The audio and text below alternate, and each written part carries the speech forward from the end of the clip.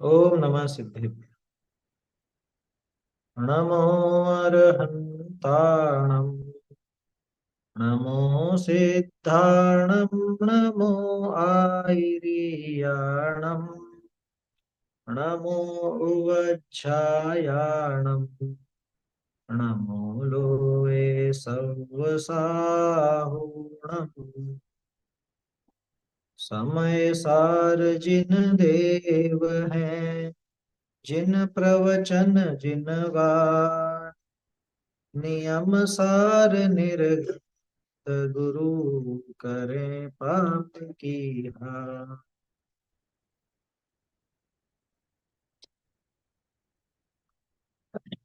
वीतराग विज्ञान पाठमाला में दूसरा भाग अपना चल रहा है। और इसमें भी अपना ये पाठ सात तत्व संबंधी भूल, इसे अपन समझ रहे हैं। पिछली कक्षा में अपन ने ये चर्चा देखी कि आश्रव तत्व संबंधी भूल इस जीव को किस प्रकार की होती है।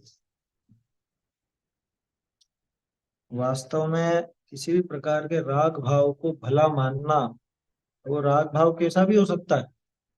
अशुभ राग की तो बात है ही सही, शुभ राग को भी भला माने, माने पुण्य के भाव को भी भला माने, तो वो आश्रव तत्व संबंधी भूल है। ये अपनी बात हुई थी पिछली कक्षा में, आश्रव तत्व संबंधी भूल में। इसमें मैंने शायद आप लोगों को कुछ विचार करने को दिया था कि कैसे ये आपस में एक दूसरे से घटित होते हैं। ऐसा कुछ प्रश्न रखा था क्या? ये सातों तत्व किस तरह से एक दूसरे में अंतर्गर्भित हैं, कैसे एक दूसरे से मिले हुए हैं, ये अपने को विचार करना चाहिए। क्योंकि असल में भूल सात तरह की है ही नहीं, भूल एक ही तरह की है। उस एक को ही अलग अलग विषय के आधार पर अपन ने सात तत्व संबंधी सात या छह, जीव जीव का एक कर दिया तो छह प्रकार की भूलें अपन समझते हैं। वास्तव में एक ही तरह की भूल है, मिथ्या मान्यता। और सारी भूल खड़ी होती है अपने आप को नहीं जानने से। खुद को नहीं जाने, खुद के संबंध में सही श्रद्धा नहीं है, तो वो अन्य के संबंध में भी विपरीत ही समझेगा, विपरीत ही मानेगा। ज्ञान में कैसा भी आए, बोलने में कैसा भी आए, लेकिन विपरीत ही मान्यता रहेगी उसकी। अरे जो खुद को नहीं जानता वो दूसरे का सही निरूपण कैसे करे? खुद के बारे में ही जिसको सही सही ज्ञान नहीं है, वो दूसरे का सही ज्ञान कैसे कर सकता है? आया समझ में? वैसी बात यहाँ पर है। छंद अपन बोल लेते हैं पहले, उसके बाद फिर आगे चर्चा बढ़ाते हैं। चेतन को है उपयोग रूप, चिन्ह मूरत बिन मूरत अनु, उद्गल नभ धर्म अधर्म काल, इन ते न्यारी है जीव चाल, ताको न जान विपरीत मान, करि करे देह में निज पिछान, मैं सुखी दुखी मैं रख राग, मेरे धन गृह गोधन प्रभाव, मेरे सुत तिय मैं सबल दीन, गए रूप सुभग मूरख प्रवीण, तन उपजत अपनी उपज जान, तन नशत आप को नाश मान, रागादि प्रकट जे दुख देन, तिन्ही को सेवत गिनत चिन्ह, शुभ अशुभ बंध के फल मझा,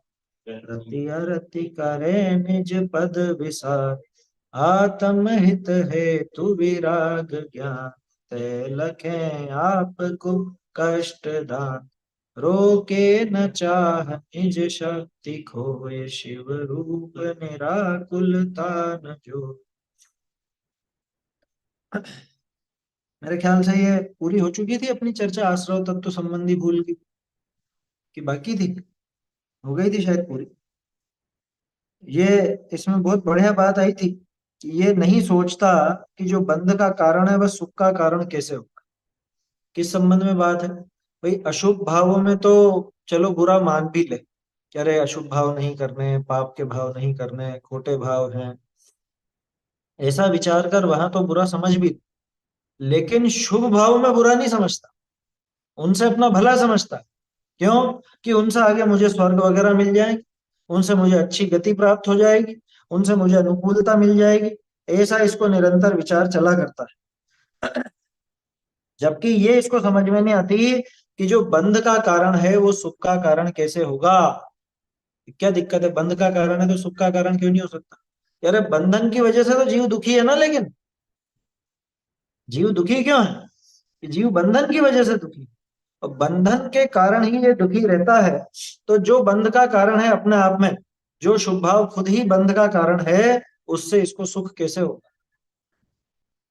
उसमें जो आकुलता है, उस आकुलता का इसको ज्ञान नहीं होता, उस आकुलता को पहचानता ही नहीं, स्वीकार ही नहीं करता, ये भी आकुलता है। मंद आकुलता को भला समझ लेता। अतः जो शुभाशुभ राग प्रकट दुख का देने वाला है, उसे सुख कर मानना ही आश्रव तत्व संबंधी भूल है।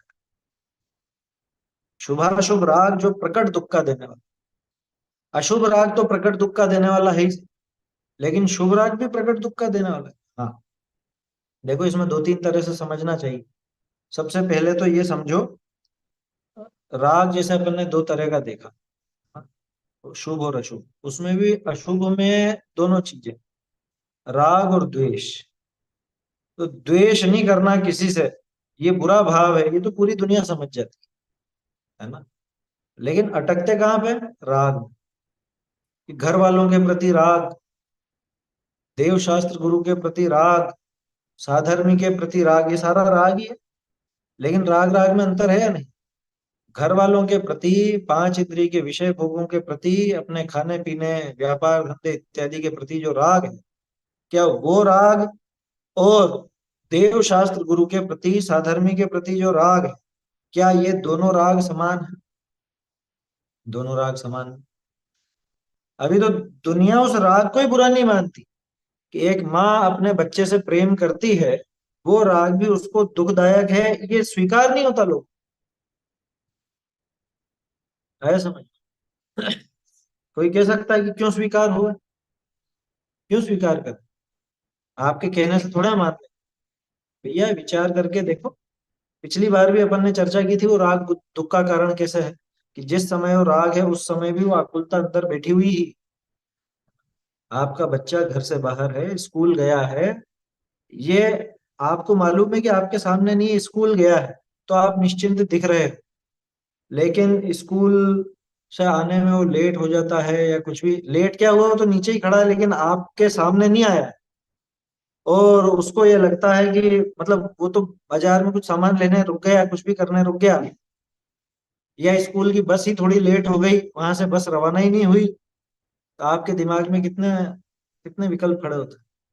अभी तक किसे नहीं आया, कहाँ रुक गया, क्या बात हो गई, कुछ गड़बड़ तो नहीं हो गई, बस वाला भी फोन नहीं उठा रहा है, एक्सीडेंट तो नहीं हो गया है।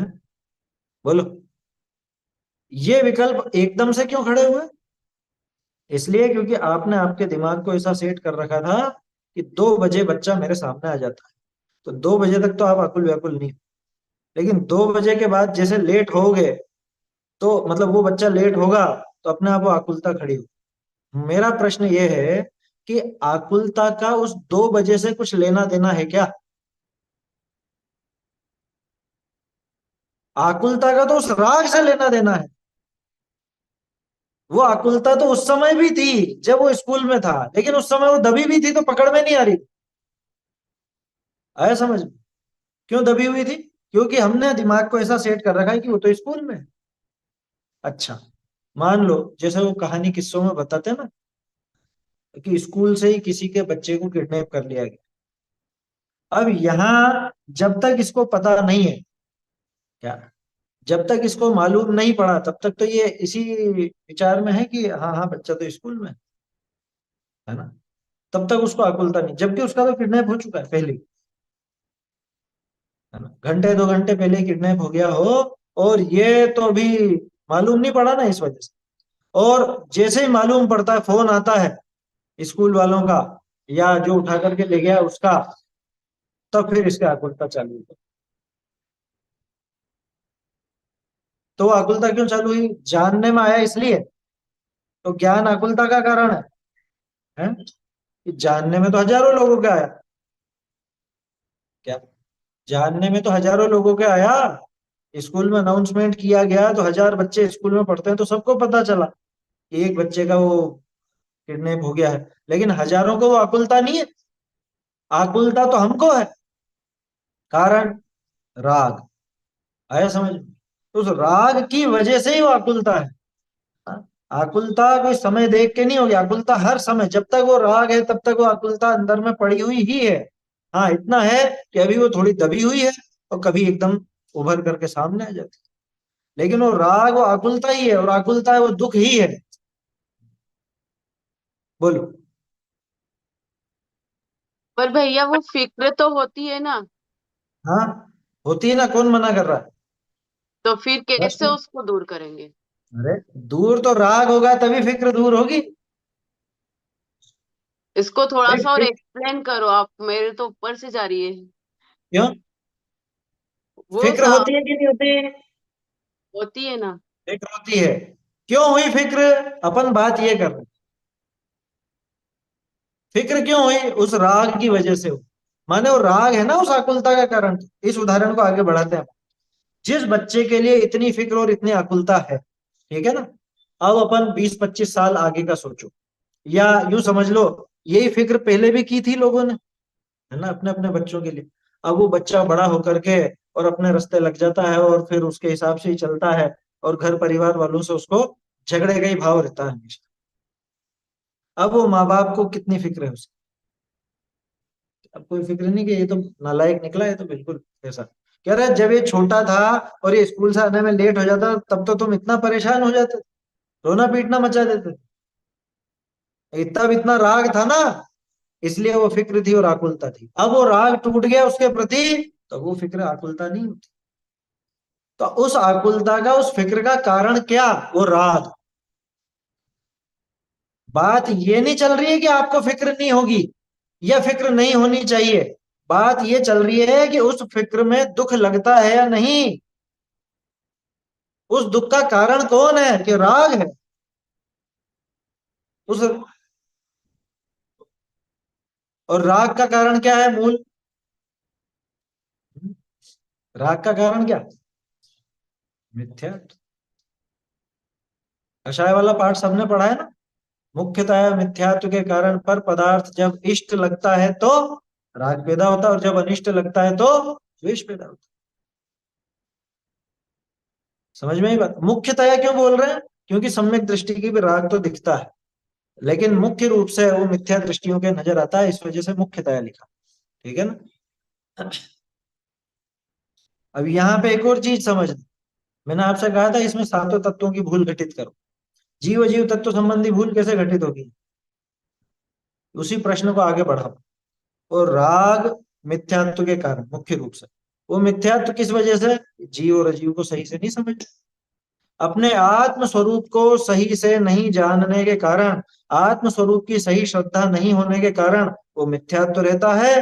फलस्वरूप पर पदार्थ इष्ट या अनिष्ट लगता है, वहां राग होता है। राग में भला समझता है, उस द्वेष को भी भला समझता है। द्वेष को भला भला क्या कौन समझता है बताओ? अरे सभी लोग उस द्वेष को भी भला समझते हैं। कोई तीसरा व्यक्ति जो अच्छा नहीं लगता है उसके बारे में घट्टो चर्चा करते हैं कि नहीं करते? कि अरे वो तो ऐसा है, उसने तो ऐसा कर दिया, उसने वैसा कर दिया है। बिल्कुल भी धर्म में रुचि नहीं है, और ऐसा नहीं है वैसा नहीं है, सब बातें होती है कि नहीं? तो द्वेष इसको सुहाता है। उस द्वेष भाव को रोकने के लिए आज तक क्या किया इसने? कुछ नहीं किया। इसका मतलब इसको द्वेष पसंद है। इसको वो द्वेष पसंद है। हाँ, अगर ऐसी बात होने के बाद इसको ग्लानि बरतती कि अरे ये मैं कहाँ फालतू की बातों में उलझ गया, अपने को ये बातें नहीं करना चाहिए, तो फिर भी समझ में आता है कि इसको थोड़ा थोड़ा बुरा लगने लगा। लेकिन अधिकांश को लगता ही नहीं बुरा। किसी से कहो कि तुम फालतू में उसकी बात क्यों कर रहे हो, ये ऐसे ही क्यों नहीं करे, वो तो ऐसा है, वो तो वैसा है, उसको तो ऐसा ही होना चाहिए। बोलो, कहाँ बुरी लगती है वो बात अपने को द्वेष की? तो अभी तो जीव को द्वेष ही बुरा नहीं लगता, राग क्यों बुरा लगने लगा? अभी तो जीव को अशुभ राग ही बुरा नहीं लगता, शुभ राग क्यों बुरा लगने लगा? समझ में आ रही है बात?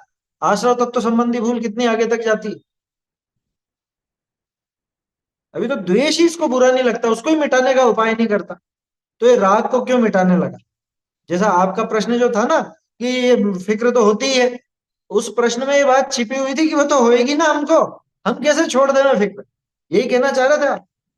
भाई फिक्र तो अभी नहीं छूट रही क्योंकि राग है, लेकिन ये तो समझो कि उस फिक्र में दुख ही तो है।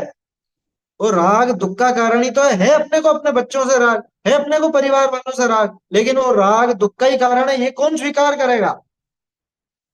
ये यहीं पर स्वीकार होगा, और हमको ही स्वीकार करना पड़ेगा। गृहस्थी के बीच में रहते हुए ही गृहस्थ अपना जो घर परिवार वाले हैं उनके प्रति का राग खोटा है, बुरा है, ये यही स्वीकार करना पड़ेगा, तब जाकर के काम आगे बढ़े। नहीं तो कैसे होगा बताओ? ये राग का त्याग और कैसे होगा? घर गृहस्थी छोड़ने के बाद? ये तो पहले छूटता है तब जाके घर गृहस्थी छूटती है। आया समझ में? ऐसा कभी नहीं होता कि पहले तो वो चीज हटाओ उसके बाद में मेरा राग छोड़ूंगा। ऐसा कभी नहीं होता कि भैया ये वस्तुएं तो यहीं रहने वाली है, तुझे तेरा भला खुद करना पड़े। जैसे कोई बच्चा साइकिल चलाना सीख रहा हो, अब वो क्या कहता, पापा इन सबको हटाओ पहले यहाँ से, ये इतनी सारी गाड़ियां हैं, इतने सारे लोग सड़क पर चल रहे हैं, इन सबको हटाओ, मैं कैसे चलाऊंगा साइकिल? इन सबके बीच में ही तुझे चलानी है। आया समझ में? ये सब यहीं रहेंगे, इन सबके बीच में कम से कम ये तो मालूम कर ले कि ये तेरे नहीं है, और तेरा जो इनके प्रति राग है वो राग भला करने वाला नहीं, वो राग भी बुरा ही है। समझ में आ रही है? उस राग के चलते समय भी ये उसके अंदर बैठा रहता है श्रद्धा समकिति के कि ये राग आग दहे सदा। ऐसी विचित्र बात है, सुनने में बड़ी अटपटी लगती है कि राग बुरा लगता है तो छोड़ क्यों नहीं देते? अरे अपने बस में होता है तो कब कहीं छोड़ देते। राग होना एक बात है, लेकिन राग को भला मानना ये बिल्कुल दूसरी बात है। सम्यक दृष्टि को राग तो होता है, जब तक गृहस्थ दशा में, जब तक उसके वो समझ लो आगे नहीं बढ़ा है मोक्ष मार्ग में, तब तक उसको राग तो होता है, लेकिन उस राग को भला नहीं मानता, तो उसके आश्रव तत्व के संबंध में भूल नहीं।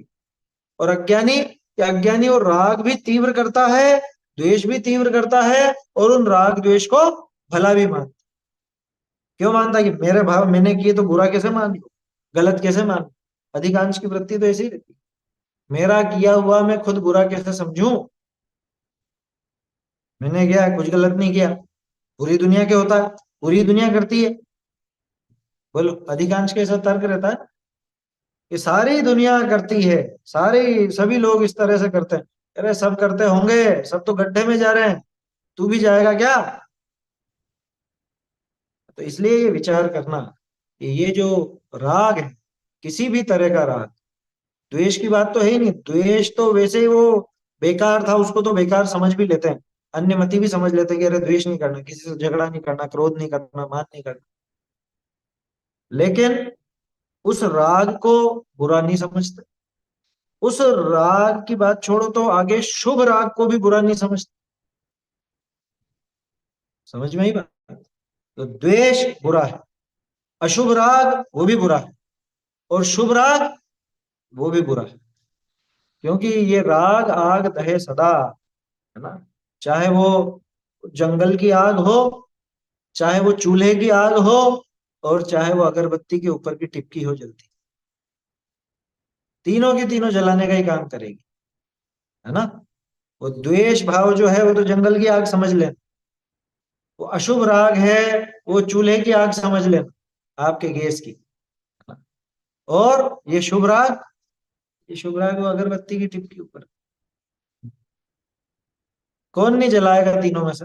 ये तीनों ही जलाते हैं कि नहीं, ये वाली तो ठंडक देगी, ये अगरबत्ती वाली तो, अच्छा चंदन की अगरबत्ती, चंदन तो ठंडक देता है ना, चंदन की अगरबत्ती जल रही है, और चंदन की अगरबत्ती का वो लगाएंगे सिरा अपन अपनी हथेली पे, तो वो तो ठंडक देगा ना, है कि जला देगा? ये क्यों, कुछ जल जाता है तो उस पर तो चंदन लगाते हैं।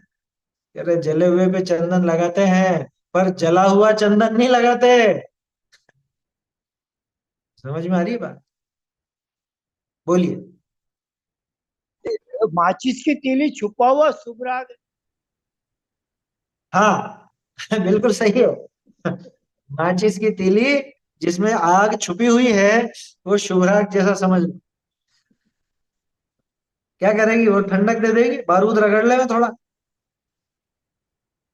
क्या होगा? कह रहे भैया ये जलाएगा ही जलाएगा, इससे भला नहीं होने वाला कुछ, ऐसा। तो उसे सुखकर मानना ही आश्रव तत्व संबंधी भूल है। दोनों दोनों व्यक्तियों की, जो घर गृहस्थी के विषय भोगों में राग भाव को भला समझता है उसका भी उसके भी आश्रव तत्व संबंधी भूल, और जो इधर थोड़ा सा धार्मिक हो गया, धार्मिक कार्य करने लग गया और उस शुभ राग को सुख देने वाला समझने लग गया, वो भी आश्रव तत्व संबंधी भूल। ठीक है, इसमें मोक्ष तत्व संबंधी भूल कैसे घटित होगी? संसार शुभ राग है, ये जो राग है, हाँ राग जो संसार में है, हाँ। और इसमें संसार में सुख मात्र है, हम्म, तो इसलिए वो सत्य संबंध। अच्छा है। देखो, सुनाई दिया क्या आप लोगों को? नहीं सुनाई दिया? थोड़ा थोड़ा सुनाई दिया। भाई आश्रव है, ये संसार का कारण है, और राग द्वेष वास्तव में संसार कहे गए हैं। पर द्रव्यते प्रीति जो है संसार अबोध, पढ़ा था ना? तो यही संसार कहे गए। इनमें सुख मानना जबकि इनमें सुख नहीं है, ये मोक्ष तत्व संबंधी भूल। क्यों? क्योंकि मोक्ष का स्वरूप सुखमय है ना, सुख रूप है ना, असली सुख वहां है। उस मोक्ष की पर्याय को सुख कहा जाता है, उसमें सुख बताया जाता, कहा जाता है। लेकिन इस राग भाव में जो कि मोक्ष से विरोधी तत्व है, इसमें भला मानना ये अपने आप मोक्ष तत्व संबंधी भूल भी होगी। यही संवर तत्व संबंधी भूल भी है। क्यों?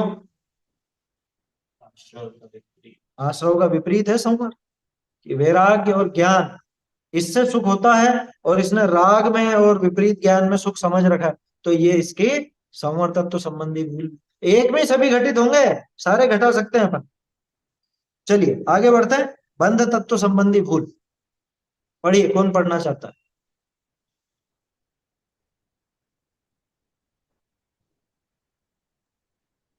मैं पढ़ हाँ हाँ पढ़िए।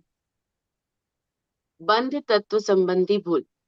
यह जीव शुभ कर्मों के फल में राग करता है और अशुभ कर्मों के फल में द्वेष करता है, जबकि शुभ कर्मों का फल है भोग सामग्री की प्राप्ति, और भोग दुखमय ही है, सुखमय नहीं। अतः शुभ और अशुभ दोनों ही कर्म वास्तव में संसार का कारण होने से हानिकारक है, और मोक्ष तो शुभ अशुभ बंध के नाश से ही होता है, यह नहीं जानता है। यही इसकी बंध तत्व संबंधी भूल है। देखो बंध तत्व वाली पंक्ति देखिए। शुभ अशुभ बंध के फल मझार, रति अरति करे निज पद विसार। मूल बात इसमें निज पद विसार, मूल बात ही निज पद यानी अपना स्वरूप, अपने स्वरूप को भूल करके रति अरति करे। रति और अरति करता, रति माने उसमें राग करता है, अरति माने द्वेष करता है, यानी अच्छा समझता है या बुरा समझता है। किसमें? शुभ अशुभ बंध के फल मझार, यानी शुभ बंध के फल में और अशुभ बंध के फल में। और सीधा कर दे इस पुण्य के उदय में और पाप के उदय में, है ना। शुभ बंध पाप, अशुभ बंध शुभ बंध पुण्य, अशुभ बंध पाप। तो शुभ अशुभ बंध के फल मझार, शुभ बंध का फल यानी पुण्य का फल, यानी पुण्य का उदय अनुकूलता। अशुभ बंध का फल माने पाप का फल, यानी पाप का उदय प्रतिकूलता। तो अनुकूलता और प्रतिकूलता में ये रति और अरति का अनुकूलता मिलती है तो हाँ सब बढ़िया बढ़िया बढ़िया बढ़िया, हाँ? अच्छा है, सब सब अनुकूलता है। पूछते हैं ना फोन करके हालचाल, और क्या हाल चाल है, कैसे हो? कि सब बढ़िया है? मस्त है, मजे में है क्या? और दूसरों से कहते भी है स्वस्थ रहो मस्त रहो,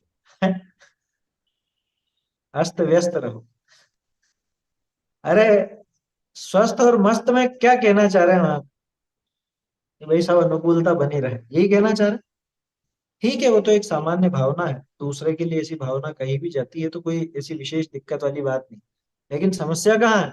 समस्या यहाँ है कि ये उस पुण्य के उदय में जो अनुकूलता मिलती है उसको तो भला समझने लग जाता, भला माने उसमें सुख समझने लग जाता, और पाप के उदय में जो प्रतिकूलता मिलती है उसमें ये बुरा समझने लग जाता। वो अनुकूलता प्रतिकूलता चाहे शारीरिक हो, चाहे मानसिक हो, चाहे आर्थिक हो, चाहे पारिवारिक हो, चाहे सामाजिक हो, चाहे कुछ भी कैसी भी हो, एक्स वाई जेड। क्या लिखा? ये जीव शुभ कर्मों के फल में राग करता है। किसको अच्छे नहीं लगते बताओ? अच्छी बढ़िया ठंडी ठंडी हवा हो गर्मी के मौसम में, और सर्दी में अभी तो थोड़ी गर्माहट वाली हो, क्या बढ़िया रजाई मिल जाए और अच्छा नरम नरम गद्दा हो, तो बस निकले ही नहीं उसमें से। किसको निकलना पसंद है सर्दी में सुबह सुबह? हाँ, जिनका रूटीन अच्छा है उसकी बात नहीं, बाकी अधिकांश जिनको वो विषय भोग अच्छे लगते हैं तो निकलना कहाँ चाहते? अरे अभी थोड़ा 15-20 मिनट और, 15-20 मिनट और, इतनी जल्दी सुबह क्यों हो गई है? तो अच्छा लगता है ना। ये जीव शुभ कर्मों के फल में राग करता है और अशुभ कर्मों के फल में द्वेष करता है। कोई आकर के उठा दे कि चलो उठो, वहां आते होंगे ना उठाने, तो आकर के उठा दे सर्दी में, चलो उठो दौड़ लगाओ 5:30 बजे, सुबह उठो और भक्ति करो या प्रार्थना करो, जो भी है वो सब करो। हॉस्टल वगैरह में होता है इस तरह से, तो वो तो एक रूटीन के लिए होता है और होना भी चाहिए। बात ये नहीं है, बात ये है कि वो अच्छा लग रहा है या बुरा लग रहा है। सुबह सुबह ही जगा दिया, सुबह सुबह नींद खोल दी, ऐसा बढ़िया, हम तो आराम में पड़े हुए थे यहाँ पे।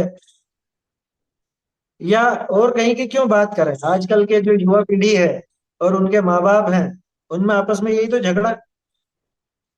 वो उठाना चाहते हैं, ये उठना नहीं चाहता। वो इससे थोड़ी सी काम कराना, ये सीख जावे काम करना ये चाहते हैं, ये कुछ करना नहीं चाहता। आया समझ? असल में क्या है, थोड़ा सा इसको अनुकूलता मिल जाती है ना, तो उसमें प्रमादी हो जाता है। ये जीव की खोटी वृत्ति ऐसी पड़ी हुई है। क्योंकि भी दुखदाई। अनादि काल से अब तक ज्यादातर तो इसने प्रतिकूलता ही देखी है। अधिकांश समय तो प्रतिकूलता में ही बीतता है, ये पक्का मानना। क्यों? नरक निगोद आदि, निगोद में सबसे ज्यादा समय बीता हुआ तो प्रतिकूलता ही प्रतिकूलता। या और भी जो दूसरी दशाएं मिली तो उनमें भी प्रतिकूलता का ही मतलब मुख्यपना रहता है, प्रतिकूलता ही वहां पे मुख्य रहा करती है। तो इसलिए थोड़ी सी अनुकूलता मिलते ही ये ऐसा प्रमादी हो जाता है कि जैसे कभी मिलेगी, और उसमें सुख समझने लगता है। दिक्कत वहां है।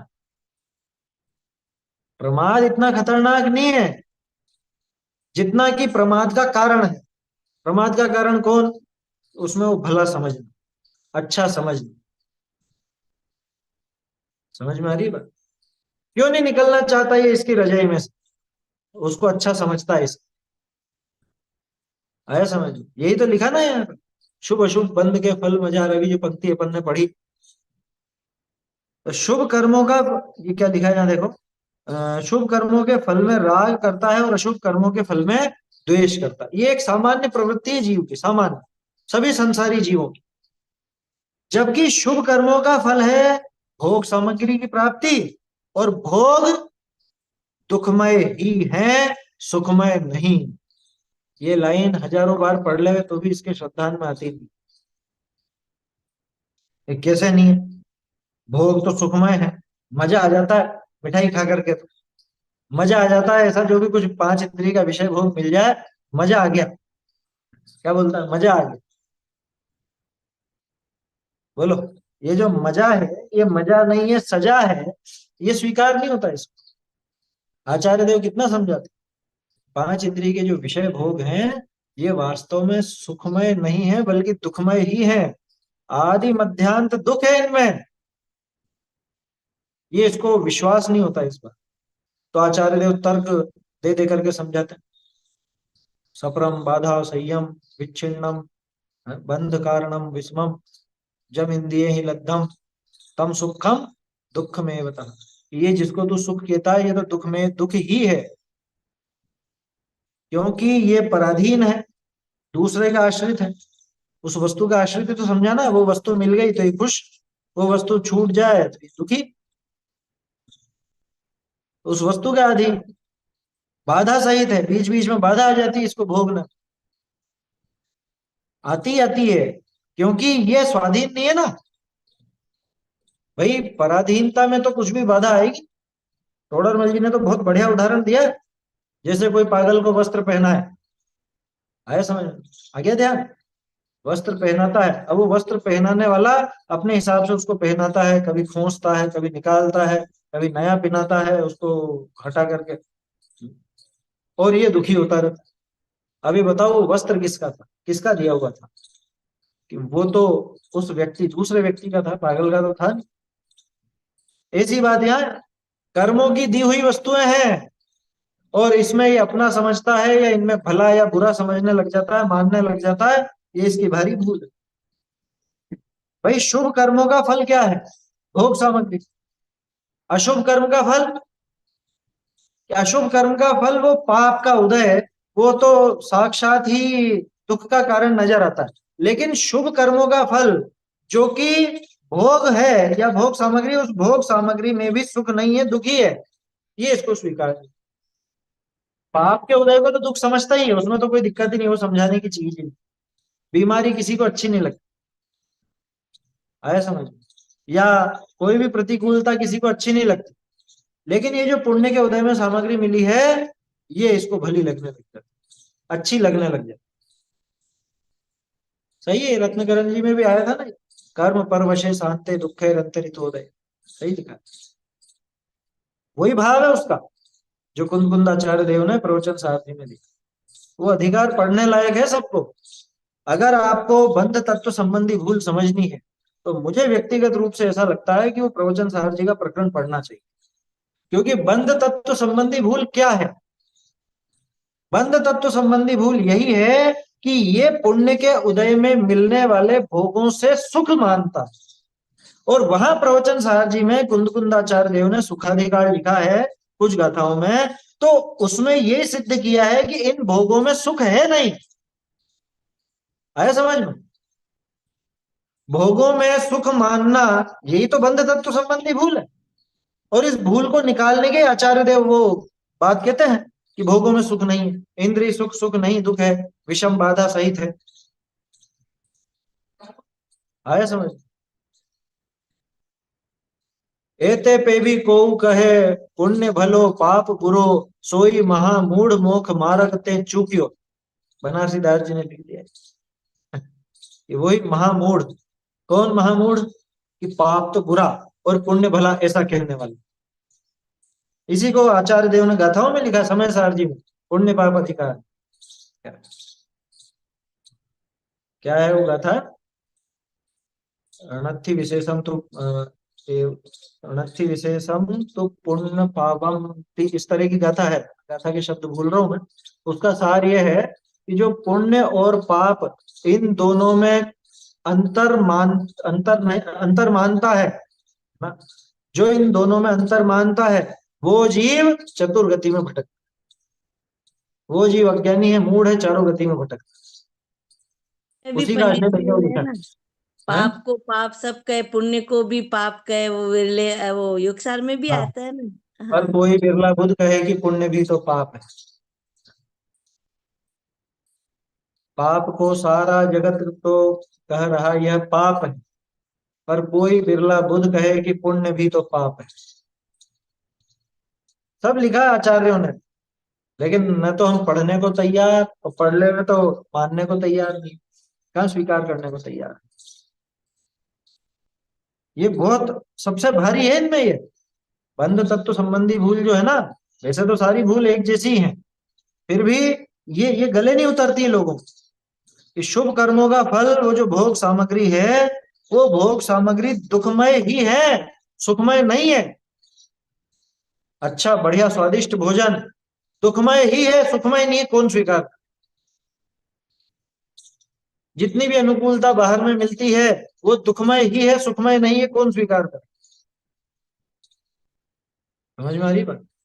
वैसे वो वस्तुएं ना तो सुख देने वाली है ना दुख देने वाली है, उनके प्रति जो अपना राग है वो ही दुख देने वाला है। कायदे से तो यही है बात, क्योंकि मुनिराज को तो किसी में भी भला या बुरा लगता ही नहीं। उनको वही सब सामग्रियां, अनुकूल सामग्री मिल जाए तो भी उसमें खुश नहीं होते, प्रतिकूल सामग्री मिल जाए तो भी उसमें दुखी नहीं होते। क्यों? क्योंकि उनको बंध तत्व संबंधी भूल नहीं, क्योंकि उनकी मान्यता सही है। क्या सही है कि अरे ना ये भला मेरा है ना ये बुरा मेरा, ये दोनों ही मुझसे न्यारे हैं।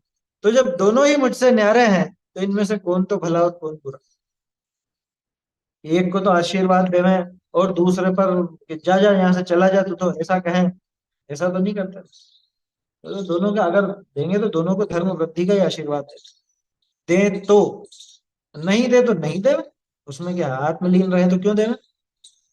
अरे सामने वाले इतना नमस्कार कर रहे हैं और इनसे बोला भी नहीं जा रहा, क्या क्यों बोले दो है। आशीर्वाद देने के लिए थोड़ा मुनि बने। समझ में आ रही बात। कोई नियम नहीं है कि वो आंखें खोले ही सही और आशीर्वाद दे ही सही, कोई नियम नहीं है इस तरह। ये समझना, ये जीव शुभ कर्मों के फल में राग करता है और अशुभ कर्मों के फल में द्वेष करता है, जबकि शुभ कर्मों का फल है भोग सामग्री की प्राप्ति, और भोग तो दुखमय ही है, सुखमय भी। भोगों में सुख मानने में क्या समस्या है बताओ। भोगों में सुख क्यों नहीं मानते आप, क्या दिक्कत है भोगों में सुख मानने में। भोग में सुख का सुख है ये तो मानेंगे, जिसमें सुख होगा उसमें। तो आप कैसे आप कह रहे हो तो भोग में सुख नहीं है, हमको तो भोगों में सुख नजर आ रहा है। आपको क्या दिक्कत है भोगों में सुख मानने में। अगर भोगों में सुख होता तो वही भोग हमेशा सुख ही देते, उसका स्वभाव अगर वैसा होता तो। वो रसगुल्ले का उदाहरण आता है ना। हाँ, वो एक चीज मिलेगी वंडरफुल, देख ली क्या सबने। उसमें सर्दियों दिया में है ना पंखे का वही उदाहरण, रसगुल्ले का ये उदाहरण है उसमें। सर्दियों में पंखे का उदाहरण भी तो देते हैं। सर्दियों में पंखे का उदाहरण कुछ भी है। भोगों में अगर सुख हो, देखो सीधा सा है, ये तो एक टेस्ट है छोटा सा। कैसा कि किसमें सुख है या नहीं। भाई जिसमें जो चीज होती है उसमें से हर जगह हमेशा हर व्यक्ति को हर परिस्थिति में वही वस्तु मिलेगी। जैसे उदाहरण के तौर पर शक्कर, शक्कर में मिठास है, तो चाहे पहाड़ पे जाके शक्कर खाओ तो भी मीठी लगेगी, समुद्र में डुबकी लगा के शक्कर खाओ तो भी मीठी लगेगी, यहाँ खाओ तो भी मीठी लगेगी, वहां खाओ तो भी मीठी लगेगी। ठीक है ना। चौथे काल में जिन्होंने शक्कर चखी होगी तो भी मीठी लगेगी, पंचम काल वाले को भी मीठी लगेगी, छठे काल में भी मीठी लगेगी। ठीक है ना। मैं खाऊंगा तो भी मीठी लगेगी, आप खाओगे तो भी मीठी लगेगी। बच्चा खाए, बूढ़ा खाए, जवान खाए, स्त्री खाए, पुरुष खाए, नपुंसक खाए, कोई खाए, जानवर खाए, लगेगी मीठी। क्यों? क्योंकि मिठास उसका गुण है। मैंने ध्यान रखना, मैंने अच्छी नहीं कहा, मैंने मीठी कहा, है ना। मैंने शक्कर मीठी लगेगी ये कहा, अच्छी लगेगी नहीं कहा। क्योंकि मीठा किसी को नहीं लगे तो नहीं लगे अच्छा, लेकिन मीठी तो लगेगी। क्यों? क्योंकि मिठास उसमें है। बस ये की यही बात यहां लगा कि अगर किसी वस्तु में सुख है, भोगों में सुख है, तो उस भोग में सबको ही सुख लगना चाहिए। फिर किसी को उसमें सुख और किसी को दुख क्यों लगता है, कहीं पर सुख और कहीं पर दुख क्यों लगता है, कभी सुख और कभी दुख क्यों लगता है। वो पंखा सर्दी के मौसम में तो ऐसा दुश्मन जैसा लगता है और गर्मी में बहुत मित्र जैसा, बहुत सुहाता है। समझ में आ रही है बात। वो पंखा दूर रहे वहां से चले और गर्मी के मौसम में चले तो अच्छा लगता है, माथे पे बिल्कुल अड़ता हुआ चले तो अच्छा नहीं लगता, उंगली के पास अच्छा नहीं लगता, उंगली कट जाती है। आया समझ। हर समय अच्छा नहीं लगेगा, हर जगह अच्छा नहीं लगेगा, हर किसी को अच्छा नहीं लगेगा। हर गर्मी में भी बहुत से लोगों को टोपा पहन के रहना पड़ता है, उनका थोड़ा माथा ऐसा कच्चा रहता है ना, इस तरह की बात रहती। सही है ये, सार्वकालिक सार्वभौमिक। भाई वो सार्वकालिक सार्वभौमिक होना चाहिए। शक्कर किस काल में मीठी नहीं है, किस क्षेत्र में मीठी नहीं है, हमेशा हर जगह और हर व्यक्ति के लिए। तो भोगों में अगर सुख होता तो वो भोग, कोई से भी एक भोग का उदाहरण ले लो, गुलाब जामुन का ले लो, रसगुल्ले का ले लो, जो पसंद हो, जो भी आपको समझ में आता हो वो ले लो। किसी को नरम नरम गद्दे बहुत अच्छे लगते हैं, अधिकांश को लगते हैं, और किसी को वही नहीं सुहाते, उसमें उनके हाथ पैर दुखने लग जाते हैं, होता है ना ऐसे बहुत। समझ में आ रही है बात। तो अगर उन भोगों में सुख हो तो फिर तो हमेशा सुख मिलना चाहिए, भोग सुखमय है नहीं, तो दुखमय क्यों कह रहे हो? कि क्योंकि उन भोगों से तेरा राग जुड़ा हुआ है, उस राग की वजह से तू दुखी होता है, इसलिए दुखमय कहना तो बनता है, लेकिन सुखमय कहना कभी नहीं बनता। बोलिए। एक्चुअली प्रॉब्लम ये है कि इंद्रियों के सुख और भोग का ही आदमी को पता है, आत्मा के सुख भोग का पता ही नहीं है ना। प्रॉब्लम तो हाँ, ये है। मूल बात वही है ना। तो ये अपन देख रहे हैं ना कि ये भूल चल क्यों रही है। ये मूल में भूल तो खुद से संबंधित ही है कि आत्म स्वरूप को जाना नहीं, असली सुख को जाना नहीं, तो जो सामने दिखा उसी को सुख मान लिया। वहां पे थोड़ी सी आकुलता घटी। टोडरमल जी बहुत सटीक वर्णन करेंगे इसका, क्या कि असल में होता क्या है कि दूसरी जगह इसको थी तीव्र आकुलता, है ना। अनाकुलता तो मिली नहीं आज तक, निराकुलता तो आज तक मिली नहीं, आत्म स्वरूप का तो इसने भान किया नहीं, उसमें लीन हुआ नहीं, तो इसलिए निराकुल सुख की प्राप्ति तो हुई नहीं। अनादिकाल से इसको तीव्र आकुलता ही चलती थी। अब वो तीव्र आकुलता यहाँ पे थोड़ी सी घटी इसके। कहाँ पे घटी? जहां पे पांच इंद्रिय के विषय भोग मिले ना, तो ये थोड़ी सी इसके आकुलता घटी, तो इस आकुलता के घटने को इसने सुख मान लिया, सुखाभास। सही है, इस सुखाभास में सुख मान लिया। ये पहले जंगल की आग के बीच में फंसा हुआ था, वहां सब तरफ से इसको जलन ही जलन लगती थी। अब यहाँ पे आया ना, तो यहाँ पे तो वो गैस की आग है, उसमें इसको अच्छा लगता, वहां अच्छा लगने लग गया। ये मालूम नहीं पड़ रहा है इसको कि जबकि आग दोनों ही है, दोनों ही जलाने वाली है। तो सुखाभास में सुख समझ लेते। शुभ कर्मों का फल है भोग सामग्री की प्राप्ति, और भोग दुखमय ही है, सुखमय नहीं। भोगों में सुख है ही, मिलेगा कहां से? अतः शुभ और अशुभ दोनों ही कर्म वास्तव में संसार का कारण होने से हानिकारक हैं। शुभ और अशुभ ये दोनों के दोनों कर्म, पुण्य और पाप, दोनों ही प्रकार के कर्म वास्तव में हानिकारक है। क्यों? क्योंकि दोनों ही संसार के कारण। ये बताओ, सिर्फ अकेला पाप ही संसार में भटकाता? पुण्य संसार में नहीं भटकाता? पुण्य का फल क्या मोक्ष में मिलता है क्या? पुण्य का फल भी तो यही मिलेगा ना, इस संसार दशा में। तो जब पुण्य का फल भी यही मिलेगा, तो उसका फल भी तो संसार ही हुआ,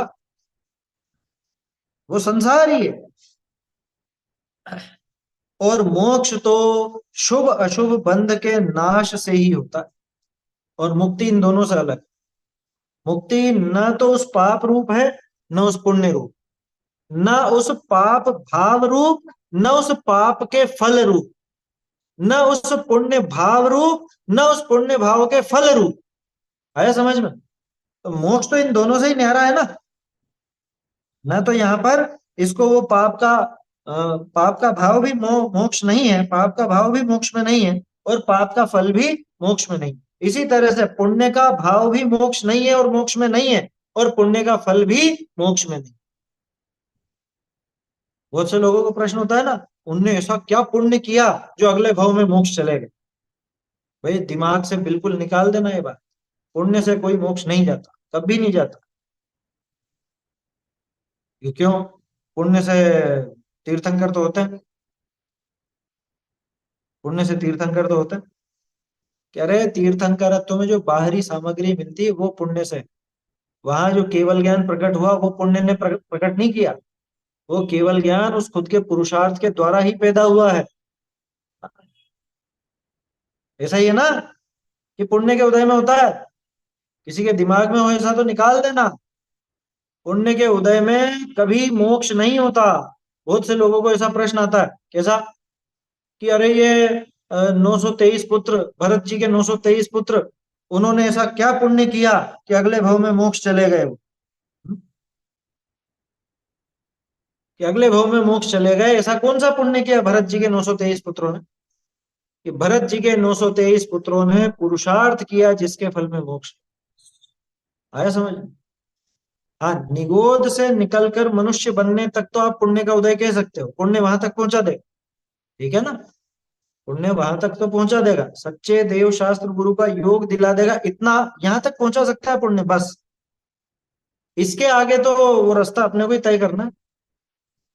भाई पुरुषार्थ तो खुद ही करना पड़ेगा ना, वो पुण्य थोड़ा करा देगा पुरुषार्थ। कि देखो क्या गजब का पुण्य का उदय है इनके, जो ये मुनि बन गए। पुण्य के उदय में कोई मुनि नहीं बनता, पुण्य का उदय तो छूटता है वहां। मुनि बनने में पुण्य का उदय समाप्त होता, पाप का उदय नहीं आता, ध्यान रखना। दोनों अलग अलग बातें। पुण्य का उदय समाप्त होना अलग चीज है और पाप का उदय आना अलग चीज है। जैसे भरत चक्रवर्ती के 6 खंड का राज्य किसके उदय में? पुण्य के उदय में। जब मुनिराज बने तो क्या पाप का उदय आ गया है? कि पाप का उदय नहीं आया। तो फिर वो पुण्य का क्या हुआ कि वो पुण्य का उदय समाप्त हो। बहुत से लोग ऐसा समझते हैं कि पाप का उदय आने पर सामग्री चली जाती, पाप का उदय आने पर पुण्य उदय की सामग्री दूर हो जाती। ऐसा नहीं है। पुण्य उदय वाली सामग्री पुण्य का उदय समाप्त होने पर दूर होगी। पाप का उदय तो प्रतिकूलता लायक, भाई उदय है ना, तो उदय में तो कोई वस्तु मिलेगी। अब होता यह है कि अधिकांश परिस्थितियों में अपन ऐसा देखते हैं कि इधर तो पुण्य का उदय समाप्त हो जाता है और उधर पाप का उदय भी आ जाता है, तो प्रतिकूलता सामने दिखती है, तो लोगों को ऐसा लगने लगता है कि ये सारी धन संपदा वैभव आदि पाप का उदय आने पर समाप्त होगी। पाप का उदय आने पर समाप्त नहीं होती, पुण्य का उदय समाप्त हो गया तो समाप्त होती। दूसरा उदाहरण बताऊं? पुण्य का उदय तो जबरदस्त है सेठ जी के, क्या उसका जो मकान सुंदर बना हुआ है, हवेली बनी हुई है, वो हवेली वैसी की वैसी है। घर में जितनी भी सुख सुविधाएं हैं वो सब लगी हुई है। पुण्य का उदय समाप्त नहीं हुआ ना, तो वो वस्तुएं नहीं गई। उसका वो नरम नरम गद्दा, वो रजाई है, और उसका वो एसी, या वो जो भी है सर्दी के मौसम में हीटर वगैरह जो कुछ भी, वो सब पुण्य के उदय से सब वही मौजूद है। लेकिन पाप का उदय इतना जबरदस्त है कि शरीर में वेदना बन, वो नरम गद्दे पे पड़ा पड़ा तड़प रहा। तो बोलो पुण्य का उदय समाप्त हो गया कि वो तो नहीं हुआ? वो वाला तो है, शारीरिक स्वास्थ्य वाला पुण्य जरूर समाप्त हुआ है, और पाप का उदय जो वेदना का कारण बनता है वो जरूर आया है ना। समझ में आ गई बात? तो भरत जी के 6 खंड का राज्य जो था वो उस पुण्य के उदय में मौजूद था, और वो पुण्य का उदय समाप्त हो गया जब वो दीक्षित हुए तब। तो क्या पाप का उदय आया कि नहीं? पाप का उदय नहीं आया, लेकिन पुण्य का उदय जो चल रहा था वो समाप्त हो गया, तत्संबंधी पुण्य का उदय समाप्त हो गया। किसी के भी ले लेना, भरत जी के, आदिनाथ जी के, शांतिनाथ जी के। बोलिए। जैसे सपोज बैंक में करोड़ों रुपए है, तो ये पुण्य का उदय हो गया। और अभी मतलब असाता वेदने के उदय से भूख लग रही है और उसको सपोज कुछ मिल नहीं रहा है कुछ वजह से, कहाँ फंस गया हाँ या जो भी है, तो यहाँ पे कह सकते हैं कि मतलब पुण्य तो है लेकिन असाता का उदय भी तो है। हाँ, सत्ता का उदय है और नहीं मिलना में वो अंतराय भी आ जाएगा, लाभांतराय भी, हम्म। है ना। तो लाभांतराय के कारण मिल नहीं रहा। पुण्य का उदय तो वहां पे ऐसा है कि सब सामग्री वही है, लेकिन अंतराय और असता ऐसी जो न तो ये उसको भोग पा रहा है, और आकुलता बहुत हो, मतलब वो वेदना वगैरह जो भी है वो बहुत है। तो सभी तरह के कर्मों का उदय एक साथ चलता है। खास बात क्या है कि पुण्य के उदय में अनुकूलता मिलते ही ये उसमें संतुष्ट होता है, उसमें सुख समझने लग जाता है। क्यों? क्योंकि असली सुख आज तक चखा नहीं, असली सुख नहीं चखा आज तक। वो चख लेता, वो स्वाद इसको आ जाता, तो इस जगत के नकली सुख को ये सुख तो नहीं समझ लेता, इस अनुकूलता को सुख तो नहीं कहता। पाप के उदय में तो सुख कोई नहीं कहता है, पाप के उदय में तो सभी दुख कहते हैं, लेकिन पुण्य का उदय भी सुख नहीं है। ये बात यहाँ समझने की है। बोलो। जैसे अभी दीपाली दीदी ने बोला ना कि बैंक में करोड़ों रुपए पड़े हैं और उसको भूख लगी है तो खाना नहीं हो रहा है, तो पुण्य पाप पुण्य तो उसका पैसे पड़े हुए वो हुए। उसी तरीके से अपने आत्मा में भी बहुत सारे गुण है और बहुत अनंत सुख है, अनंत सुख और ज्ञान है, और वो अपन को पता नहीं है, तो वो अंतराय और ये बोल सकते हैं अपन को। देखो, एक तो अनंत सुख नहीं है, है ना, अनंत गुण है। सुख अपना स्वभाव जरूर है, पर अनंत सुख अभी वर्तमान में नहीं पड़ा हुआ। अनंत गुण है, अपनी शक्तियां हैं, और अपन उसको नहीं जान रहे हैं।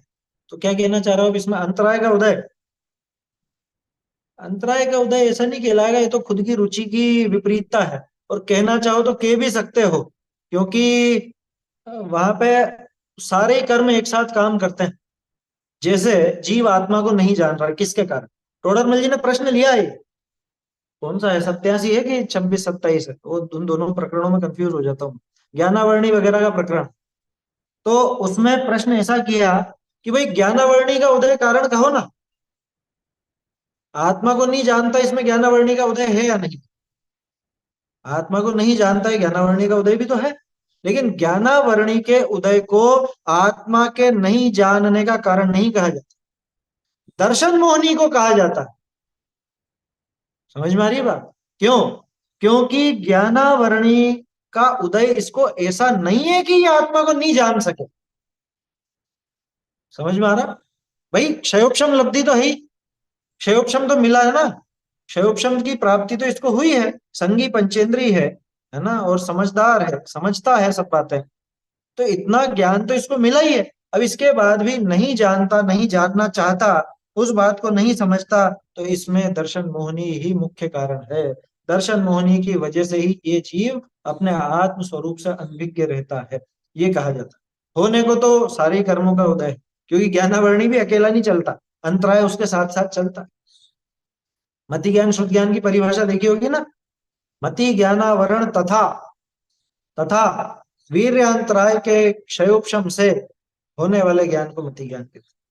तो जानने में जैसे वो ज्ञानावर्णी और इसका अंतराय का क्षयोपशम काम करता है, ऐसे उदय में भी साथ में लेना,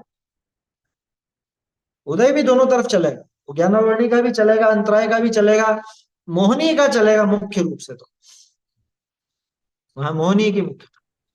ये एग्जाम्पल सातों तत्व संबंधित भूल में ले सकते हैं कैसे? जैसे अगर वो अपने अंदर के सुख को नहीं जान रहा है और अंदर के गुण को नहीं जान रहा है, और बाहर जो भोगों की सुख मिल रहा है उसमें सुख मान रहा है, तो ये सातों तत्व संबंधित भूल में ले सकते हैं ये एग्जाम्पल। हाँ यही है, यही तो एकमात्र भूल है, आत्म स्वरूप का अज्ञान, अपने आत्म स्वरूप से अनभिज्ञता, यही एक भूल है। इसी की वजह से आश्रव तत्व संबंधी भूल है, इसी की वजह से बंध तत्व संबंधी भूल है, इसी की वजह से ये संवर निर्जरा मोक्ष तत्व संबंधी भूल। अरे खुद को नहीं जाना तो सारी भूल है, ये शुरू में करी तो थी बात अपन, कि खुद के संबंध में जो भूल पड़ी है ना, इस वजह से इसको आश्रव यानी कि वो राग आदि संबंध में भूल है, बंध यानी कि वो कर्म के फल के, कर्म के उदय में यानी उस फल में भूल है? संवर निर्जरा और मोक्ष में। पेज नंबर 86 है वो, 86 नंबर पर, 86 उस पर दिया है वो प्रकरण। दर्शन मोहनी को कारण क्यों कहते हो, ज्ञानावर्णी को कारण कहो ना, ऐसा प्रश्न है वहां। मोक्ष में प्रकाशक तो मतलब सभी प्रश्नों की कुंजी है, वो समाधान मिल जाता है सारा का सारा। तो रायमल जी ने लिखा ना, यासु मिले सर्व संदेह दूर होए है, क्या टोडरमल जी के लिए लिखा था? वो असल में एडवर्टाइजमेंट दिया था उन्होंने, त्रिदोष विधान महोत्सव की पत्रिका लिखी, तब उन्होंने ऐसा लिखा उसमें कि यहाँ मल्ल जी विराजे है, यानी यहाँ पे मल्ल जी, टोडरमल जी यहाँ पे विराज रहे हैं, यहाँ पे आओगे इस विधान महोत्सव में तो उनसे भी मिलना हो जाएगा। यासु मिले सर्व संदेह दूर होए है, इनसे मिलने पर सारे संदेह मिट जाते हैं, तो हकीकत है वो। मोक्षमा प्रकाशक तो है ही सही, वास्तव में गजब का ही होगा। अब प्रारंभ करेंगे अपन, ये अपना पाठ हो जाए, इसके बाद केवल रवि किरणों वाली पूजा, और फिर उसके बाद अपन को प्रारंभ करेंगे। चलिए, तो ये समझ में आया भाई, भोग सामग्री की प्राप्ति और भोग दुखमय ही है, सुखमय नहीं है। अतः शुभ और अशुभ दोनों ही कर्म वास्तव में संसार का कारण होने से, भाई ये पहले तो स्वीकार करो कि दोनों वास्तव में किसके कारण है, वो अशुभ भाव वो तो संसार का कारण, और शुभ भाव मोक्ष का कारण। अब लेकिन गजब की बात है, सिखाने वाले आज तक भी शुभ करो शुभ करो, शुभ को ही मोक्ष का कारण बताते, शुभ को संसार का कारण कहने में तो तलवारें खींच जाती। अभी लोगों को मतलब पता ही नहीं होगा, या अभी भी लोगों को भरोसा नहीं होता होगा कि कितना गजब का झगड़ा चलता था।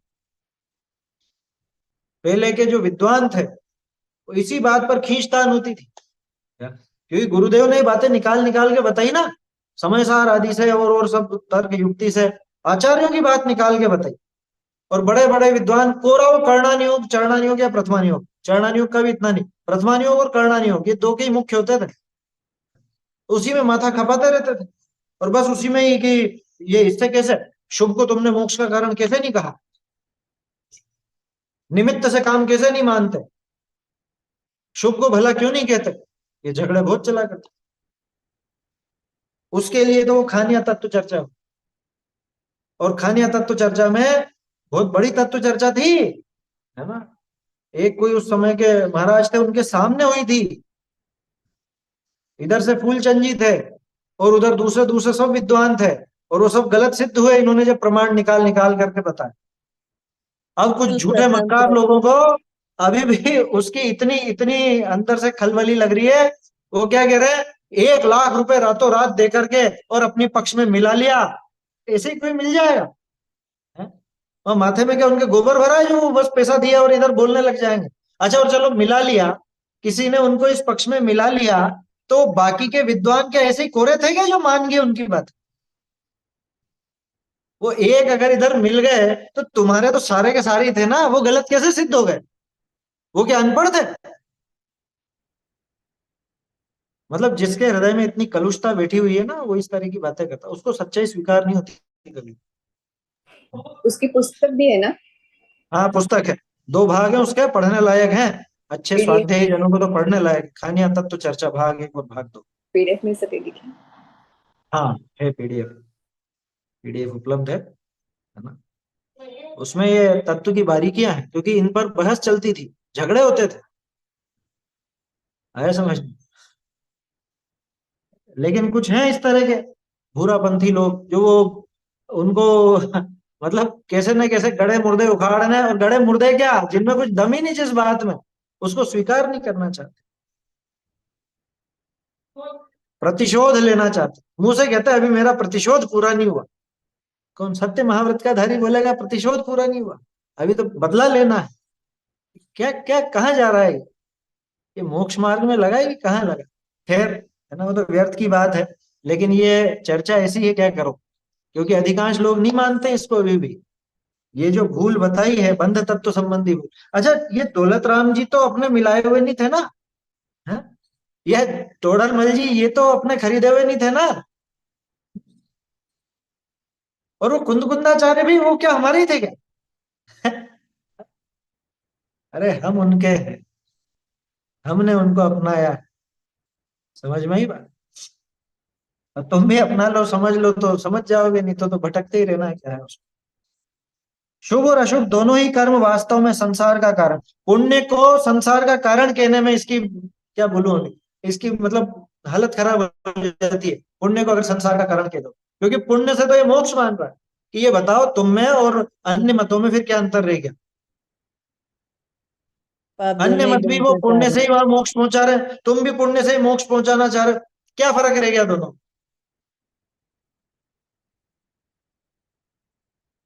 गजब हो गया। वास्तव में संसार के कारण होने से हानिकारक है कौन?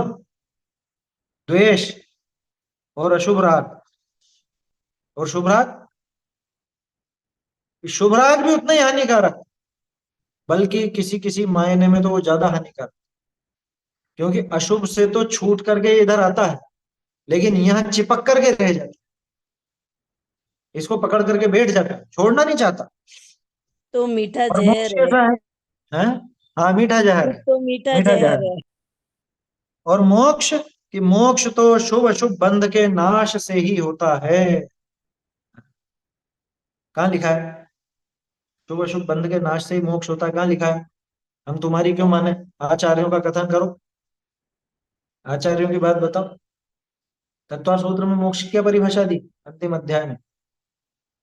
सर्व कर्म विप्रमोक्षो मोक्ष, कि पाप कर्म विप्रमोक्षो मोक्ष है।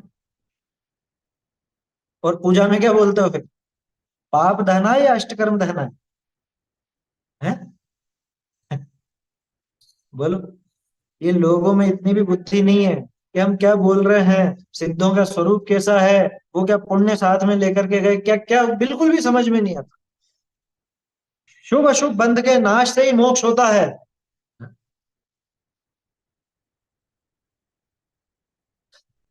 हाँ, बहुत से ऐसे 1.5 अकल वाले भी हुए, उन्होंने 7.5 कर्म बहनाए करा। 7.5 कर्म क्यों? कि 7 तो पूरे, और वेदनी में असाता को दूर करेंगे, साता को दूर नहीं करेंगे, साता तो साथ में रखेंगे, तो वो 7.5 कर्म देना है, ऐसा करना चाहते हैं। ये उसको समझ में नहीं आती है कि ये वेदनी चाहे साता हो चाहे असाता हो, दोनों की दोनों इसको तो संसार में भटकाने का ही कारण है, दोनों ही मोक्ष में बाधक है। ये बात उसके गले ही नहीं उतरती बिल्कुल।